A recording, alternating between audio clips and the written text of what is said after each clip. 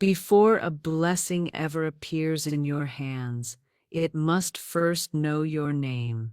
In the spiritual realm, nothing wanders. Every good thing is assigned, but most people never receive their blessing because they never claim it in the only place it truly matters, the unseen. The world teaches you to wait until you can see it, touch it, or hold it before you call it yours.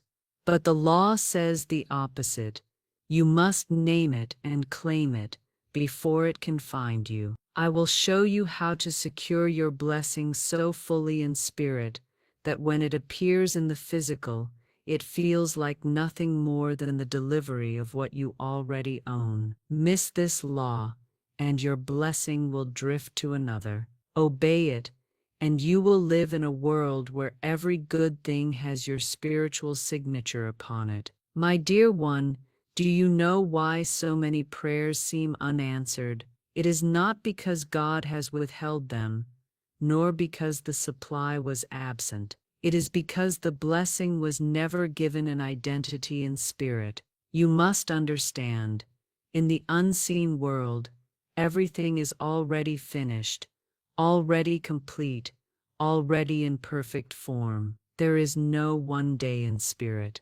There is only now. But until you name what you desire and place your spiritual ownership upon it, it remains unclaimed merchandise in heaven's storehouse. And in that storehouse, unclaimed blessings are eventually reassigned. I once counseled a woman who desperately wanted a home. She prayed, she begged, she wept, but her words were vague. She said, "I want somewhere to live.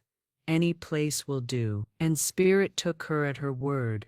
She received a damp, dark basement apartment she could barely stand to live in. Why? Because she never named her blessing in the Spirit. I told her, "Be specific. See the home. Speak of it as yours." She began to describe it aloud.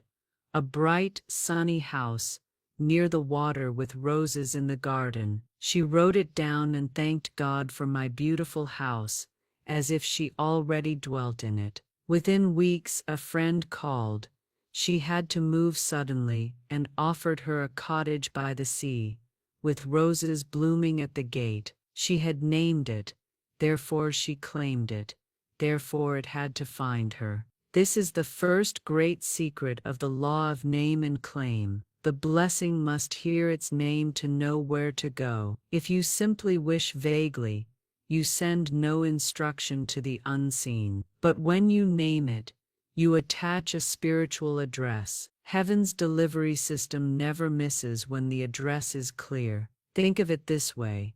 If you ordered a package online but gave no street name, no house number, no city, no postal code, how would it ever arrive? In the same way, many souls cry for prosperity, but never say what that prosperity looks like. Do you mean a lump sum, a steady income, debt cancellation, a specific amount? You must say it in spirit the way you would say it to a trusted messenger. I will tell you plainly. The moment you name your blessing, you give it a coat of arms in the unseen. It now carries your spiritual insignia, and the moment it is named, you have shifted it from the realm of anyone to the realm of yours. This is why you must be bold in naming your good. Meekness in the spirit does not mean timidity, it means humility before God, but courage before the unseen. Now hear me well. Some of you have already lost blessings because you failed to name them. Opportunities passed you by, promotions went to others, relationships dissolved before they began. You may think it was bad luck or timing, but I tell you, it was a spiritual misaddress. The law is exact, and it will not break its own order to suit our half-spoken desires. This is why, before you can claim, you must name. And here is my counsel to you. Do not name in doubt, name in certainty. Do not say, "I hope to have it." Say, It is mine. Do not ask, could I receive this? Say it is appointed to me. When you speak like this, you are not lying. You are telling the truth of the unseen. The physical will always lag behind the spiritual, but it must catch up, because the two realms are mirrors. I remember telling a man who was seeking work, do not pray for a job, pray for the right job, with the right pay, at the right time and the right conditions. Name it and hold it in the spirit. He followed my advice, and soon an offer came from a place he had never applied to, with better pay and hours than he had imagined. He looked at me and said, "It's exactly what I named." I smiled and replied, "Of course it is. The law has no other choice once you name and claim. So I say to you, dear one, as you listen to these words, search your heart. What blessing have you left unnamed? What desire have you left wandering in the unseen without a label? Stop leaving your future to chance. Stop asking for something good, and start asking for the exact thing that belongs to you. The moment you name it, you tell the unseen, this is mine. Deliver it to me without delay. And when you do this in faith, without wavering, you will be astonished at how quickly heaven obeys your spiritual command. The power of naming in the spirit is the power of creation itself. God created the heavens and the earth by speaking them into being, and the same spiritual law operates in you. Words are not decorations to your thoughts. They are the carriers of your authority. When you name a blessing in faith, you are stamping it with the seal of divine ownership, and that seal cannot be forged, intercepted, or erased. In the unseen realm, there is no confusion. Everything responds to its appointed identity. Just as a shepherd calls each sheep by name, and it comes running, so too does your blessing respond to the name you give it. But the tragedy I see daily is that people have surrendered the sacred act of naming to the forces of fear and chance. They say, I'll take whatever comes, and whatever comes is rarely what they desire. They open the gate to anyone's blessing, and then wonder why the one meant for them never arrives. I tell you plainly, you have the right, the divine privilege to call your blessing into form by naming it clearly and reverently. When you whisper its description in your quiet time, when you write it down in the secret place, when you thank God for it before a scrap of evidence appears, you are performing the holy act of spiritual naming. You are doing exactly what the Creator did at the dawn of time, speaking light into darkness. Let me give you this image. Imagine you are in a vast library filled with every book ever written and every book yet to be written. Somewhere in that library is the exact volume of your blessing. It contains every detail, the way it will look, feel, arrive, and fit perfectly into your life. But if you simply say, "Bring me a book," the librarian of the universe will bring you anything. A book of sorrow, a book of delay, a book of struggle. Only when you say, "Bring me the volume titled My Debt-Free Life with Overflowing Abundance printed in gold on the cover," will the librarian smile and know exactly where to go. This is why I warn you, careless naming is dangerous. To say "I am broke" is to name yourself into lack. To say "I never get a break" is to name yourself into continual frustration. You are not only naming your blessings, you are also naming your conditions, your seasons, your reality. The unseen does not judge whether your naming is wise or foolish. It simply obeys. This is the very reason I insist on speaking your good as already here. If you say, One day I'll have a beautiful home, you push it into the future indefinitely. But if you say, I live in my beautiful home now, every room is filled with peace and joy, you summon it into the present in spirit, and when it is present in spirit, the physical must align. A woman once came to me saying she wanted a husband. I asked her, have you named him? She looked startled and said, well, no. I just want to be married. I explained, if you don't name his qualities, the law will send anyone to fill the role, and you may regret it. She went home and wrote a list: kind, generous, successful in his work, loving God with a sense of humor, fond of children. Within months she met a man who matched every word. He told her later, I felt like you were calling me before I even knew you. That is the power of naming in the spirit. Now I must give you a word of warning and encouragement in the same breath. Once you name your blessing, you must refuse to rename it in fear. Too many people start in faith and finish in doubt. They call it prosperity one day and impossible the next.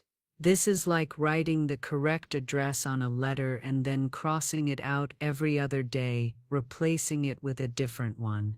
No wonder the delivery is delayed. The law is consistent, but it cannot deliver to a moving target. So I say to you, once you have named it, hold that name steady. Guard it as you would guard a child's life. Write it in your journal, speak it in your prayers, and keep it in the quiet chamber of your heart. When doubt knocks, do not open the door. When fear whispers, do not answer. Keep the name on your lips until the day the blessing walks into your life and says, here I am, you called me, and here is your refreshment for the soul. Remember this, you are not begging for your blessing, you are summoning what is already yours. You are not asking a stranger for a favor, you are instructing a trusted servant to bring you what has already been purchased on your behalf in the Spirit. This is not arrogance, it is alignment. This is not pride, it is the lawful claiming of your divine inheritance. When you walk in the power of naming in the Spirit, life becomes deliberate instead of accidental. You no longer wait for something good to happen. You name the good you desire and watch the law of God bring it to your door. And once you taste this power, you will never again live like a beggar in the house of abundance. To claim before evidence appears is to live by the highest spiritual law, the law of faith in action. It is the difference between the one who waits for the ship to dock before they unpack their joy, and the one who sets the table for the feast the moment they hear the horn in the distance. I tell you, the unseen realm delivers first class only to those who act as if the package has already been delivered. This is where so many falter.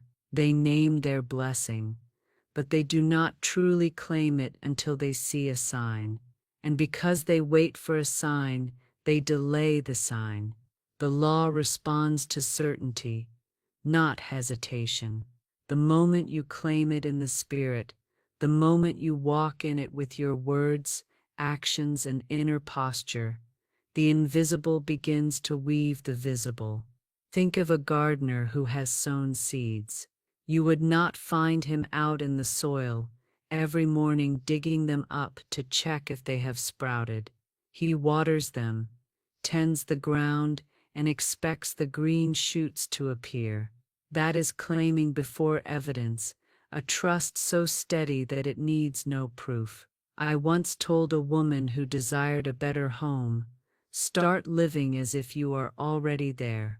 She asked, but Florence, how can I, when I am surrounded by peeling paint and broken furniture? I answered, dress the home you have now with the spirit of the one you desire. Speak to it as though it were already transformed. She began polishing her old table as if it were a fine piece from a showroom. She placed flowers in a chipped vase and called it beautiful.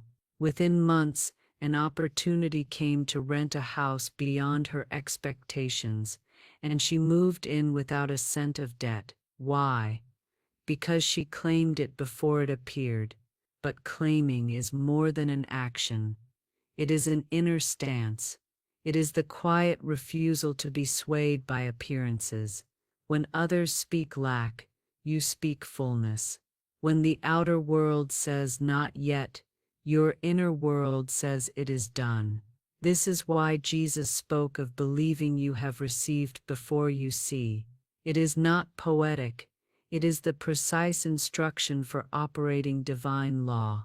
And here is where the adversary of doubt tries to creep in. It will point to the empty hand and say, "You are lying," but faith is not a lie. It is alignment with the truth that exists before your eyes can see it. When you claim, you are not pretending.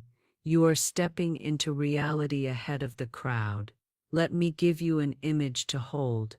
Imagine you have ordered a fine piece of furniture from the best craftsman in the land. You have paid in full. The craftsman tells you it will take 6 weeks to arrive. Do you spend those 6 weeks telling your friends, "I don't know if it will come. Maybe he forgot me. Maybe it was a mistake"? No. You prepare the place where it will stand. You tell guests, "In this corner will be my beautiful new cabinet." You dust the space. You keep it ready.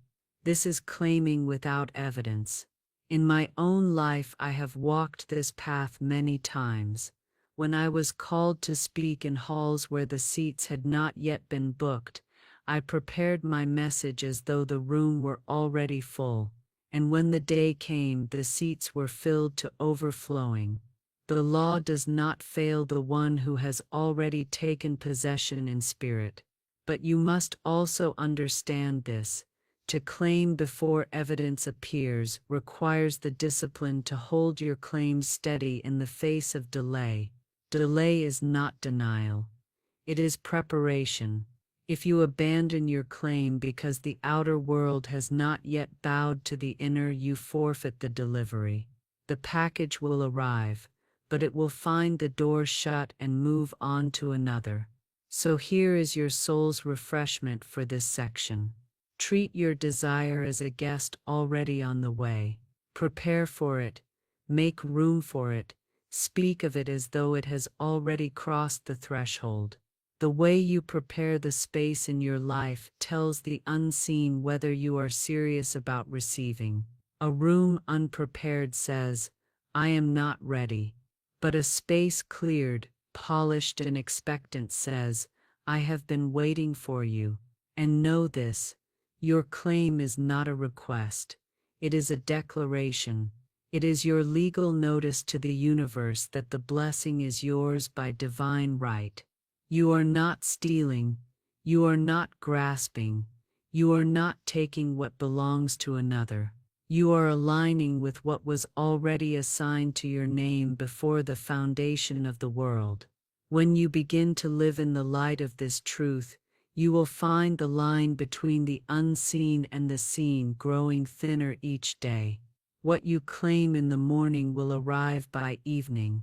What you set your faith upon in secret will appear in the open. The law is not slow. It is precise. It moves at the speed of your certainty. Once you have named your blessing and claimed it in the unseen, the next work is to guard it until delivery. Many souls lose their good, not because they failed to believe, but because they failed to protect the seed of that belief. A claim left unguarded is like a jewel left on the open street. Sooner or later, someone or something will try to take it from you. The moment you set your intention, there will come voices, sometimes from others, often from within, whispering doubt, ridicule, or fear. What if it doesn't happen? Who do you think you are to have that? It's taking too long. Maybe it wasn't meant for you, my dear one.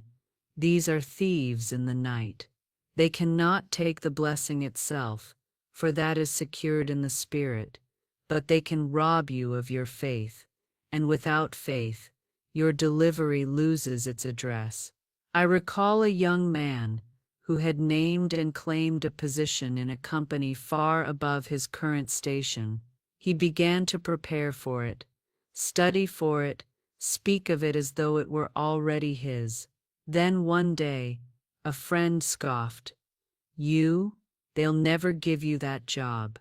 He laughed nervously and said, "Yes, you're probably right." Within a week, he received news that the position had been filled by another man less qualified, but more confident.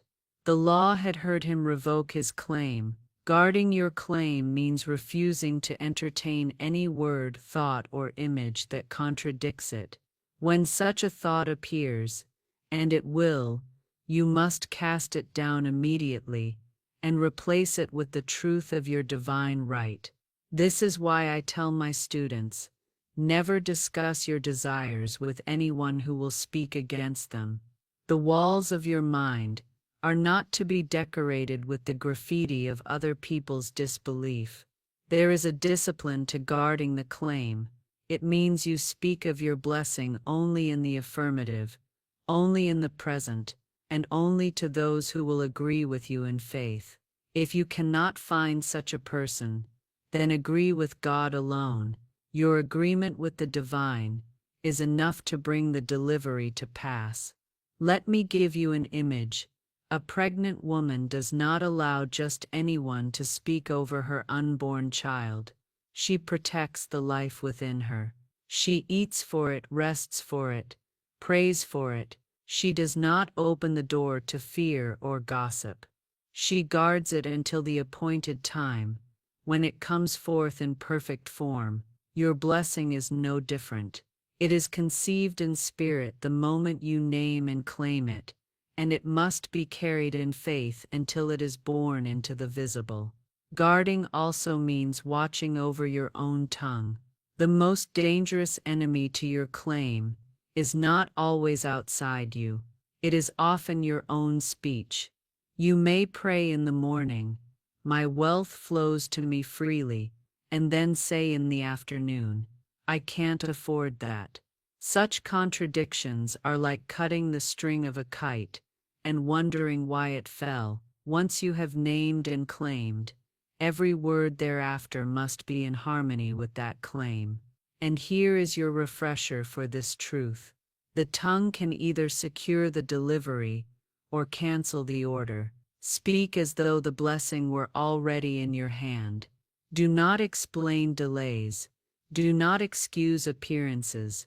Do not justify lack. Simply hold your claim steady with words that match the reality you have chosen in spirit. There will be moments when the weight tests you. The temptation will come to loosen your grip, to settle for less, to say, "Maybe this smaller thing is what God meant for me." But I tell you, if you named it in faith, do not trade it for a substitute. The counterfeit always appears before the real, hoping you will take the bait. This is the last trial before manifestation. Hold out. I have seen students who waited years for a specific blessing, only to have it arrive exactly as they named it, in perfect condition, because they refused to water down their vision. The law honors the one who guards their claim as sacred, so keep the blessing safe in your spirit. When others ask how it's going, say, "It is unfolding perfectly." When your mind whispers worry, say, "This is already mine." When appearances say otherwise, say, "I do not walk by sight, but by divine order." This is how you guard your claim until the delivery knocks at your door, and it will knock, for the law never forgets an address written in faith. The final movement in the law of name and claim is not merely to receive, but to receive without resistance. Many souls fail at this last, simplest step because they do not understand that reception is not passive. It is a full, open-handed agreement with the divine's timing and delivery. You see, some people name their blessing, claim it in faith, guard it with diligence, and then when it arrives, they shrink back. They say, "This feels too big for me. What if I cannot keep it? What if I lose it?" And in those moments they push away the very thing they prayed for. The law does not force blessings upon a closed door. Your reception must be as active as your claiming. Receiving without resistance means you accept the blessing in the same spirit with which you claimed it, as your rightful inheritance. You do not apologize for it. You do not feel guilty for it. You do not downplay it to make others comfortable. To do so is to insult the giver. When the divine has prepared a table for you, you sit and eat with gratitude, not hesitation. I remember a woman who had long desired a certain sum of money to start her own business. She spoke it daily, wrote it in her journal, guarded her words, and carried herself as a business owner. One day, an unexpected check arrived for the exact amount she had claimed. But instead of celebrating, she hesitated. What if I invested and fail? Maybe I should save it for emergencies instead. Within weeks, the money was absorbed by small, unplanned expenses. Her fear had turned the blessing into sand running through her fingers. The universe responds to a receiver who stands ready, not just in intention, but in attitude. Readiness is shown by the way you treat your blessing when it arrives. If you believe it is temporary, you will hold it loosely, and it will slip away. If you believe it is permanent, you will integrate it fully into your life. Some of you are naming and claiming, but your subconscious is rehearsing the loss of the very thing you desire. That rehearsal is resistance. It is like inviting a guest to your home and then locking the door. You must train both your conscious and subconscious mind to receive with ease. This is where gratitude becomes the cement that holds the blessing in place. Gratitude before you see it draws it in. Gratitude when it arrives anchors it. Florence would tell her students to bless the blessing, to speak well over it, to declare that it is good, right, and lasting. She knew that what you bless increases, and what you fear dissolves. Another subtle form of resistance is self-disqualification. The thought that I do not deserve this. Let me tell you, no one receives by deserving. We receive by aligning. The blessings of life are not wages for labor, but gifts for belief. When you start to measure your worthiness by your past mistakes or present imperfections, you put yourself outside the flow of grace. Your role is not to be perfect, but to be in agreement with the law. And here is your soul's refresher for this moment. You cannot both hold the blessing and hold the fear of losing it. One must go. If you cling to fear, the blessing will slip away. If you cling to faith, fear will dissolve. Choose faith every time. Receiving without resistance also means being willing to accept the form in which the blessing arrives. Many block their good because it does not look exactly like the picture in their mind. You may name and claim a sum of money, and it arrives as a new client, an opportunity, or a gift instead of a check. The immature soul says, "This isn't it." The wise soul says, "This is the channel by which my good has flowed." The law always delivers in the most direct, perfect way, and it may surprise you. I once knew a man who claimed a new home. In his mind it was a white house on a certain street, but what came to him was a beautiful stone cottage in a better neighborhood, for less than he expected. Had he rejected it because it was not the white house, he would have missed the greater gift. The law answered his desire, but improved upon it. When you receive, you must trust that the divine knows your heart better than you do. To receive without resistance is to stand in the full ownership of your blessing, not with clenched fists, but with open palms. It is to walk as though it were always yours, because in truth it was. The law does not give, it reveals. The blessing existed for you before you named it. Your naming only brought it into your awareness. Your claiming brought it into your possession, and your receiving seals it into your experience. So when your good appears, whether in a whisper or in a flood, welcome it as the friend you have long expected. Do not test it, do not second-guess it, and do not put it on probation.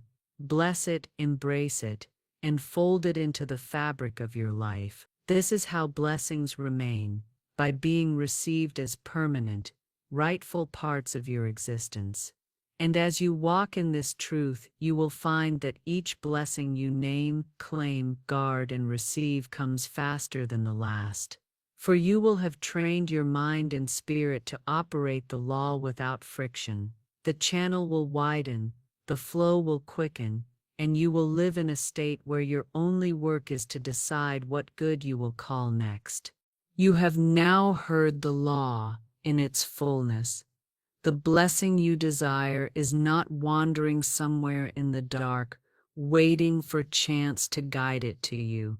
It is here, in the invisible, waiting for you to step forward as its rightful owner. First, you must understand why so many lose their good before it even reaches them, because they have not marked it in the unseen. Then you must speak its name in the spirit, for naming is the act of claiming in the higher courts. After that you take possession before any proof appears, standing in invisible ownership, as though you had already signed for the delivery. You guard that claim like a precious seed, refusing to let doubt, fear, or the careless words of others uproot it. And when it arrives, for it surely will, you receive it without hesitation, without guilt, and without apology, folding it into your life as the natural fruit of your faith. This is not theory,